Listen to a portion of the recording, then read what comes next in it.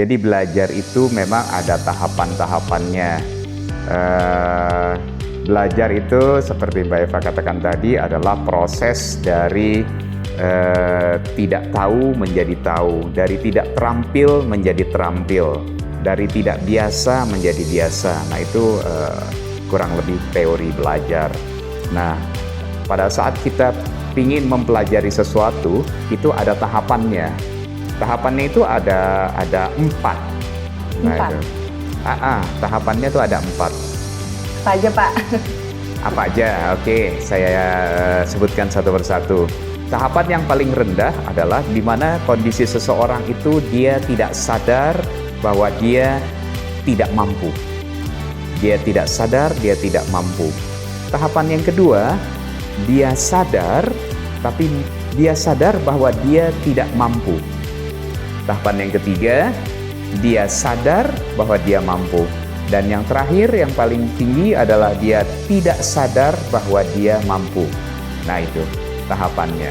Ya, pentingnya bagi para trainer, para guru, pengajar, ataupun orang yang sedang belajar, kita harus tahu minimal tahapan diri orang yang akan kita ajari atau diri kita yang kita sedang belajar. Kita tidak mungkin memberikan materi pelajaran atau bukan materi lah materi pelajaran lah, atau kalau contoh tadi naik sepeda gitu.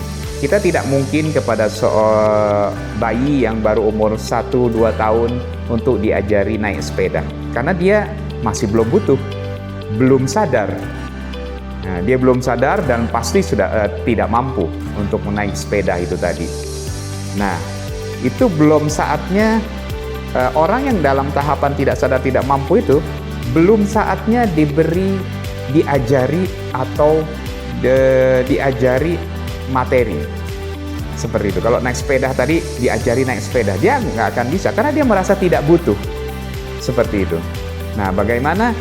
Nah, materi itu bisa disampaikan kalau sudah ada di tahapan kedua, tahapan bahwa dia sadar tapi dia memang belum bisa, belum mampu. Oh, saya nggak bisa ya. Oh, saya nggak bisa bahasa Inggris ya. Saya pengen kayak dia, jago ya ngomong bahasa Inggrisnya. Nah, itu berarti kesadarannya sudah ada. Atau anak kecil tadi, oh, saya ingin bisa naik sepeda ya, kayak teman-teman saya ya, keren, bisa jalan kemana-mana, enak, bisa jalan sama teman-teman. Tipsnya ya untuk para profesional. 1.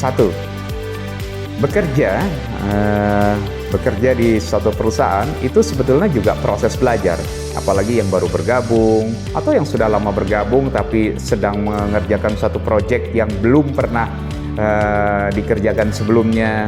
Menurut saya itu adalah suatu proses belajar, karena kita dengarkan belajar seumur hidup. Nah, sebetulnya belajar itu konotasinya bukan hanya di kelas, di sekolah, tapi di ruang kerja, di kantor, itu juga proses belajar.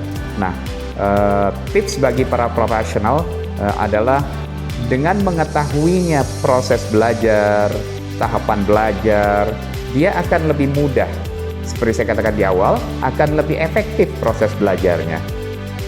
Selain itu, kepada para atasan mungkin bisa menilai timnya atau bawahannya, apakah bawahannya ini dalam kondisi sadar atau tidak sadar, mampu atau tidak mampu. Nah, itu harus dilihat. Kalau timnya belum sadar dan belum mampu, belum saatnya memberikan materi atau mengajari sesuatu. Tugas pertama adalah membuat mereka sadar dulu. Oh iya, saya nggak tahu ya, saya butuh ya pengetahuan ini. Nah itu.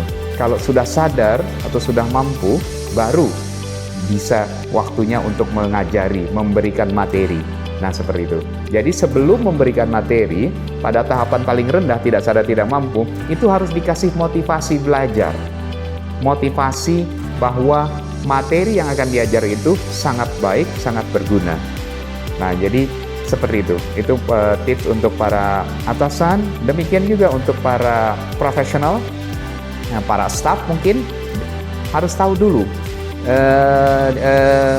dia ada di tahap mana, sudah sadar atau tidak. Kalau dia sudah sadar, nah baru bisa belajar. Jadi tidak bisa dipaksa seseorang yang belum sadar itu diberi materi, materinya tidak akan masuk.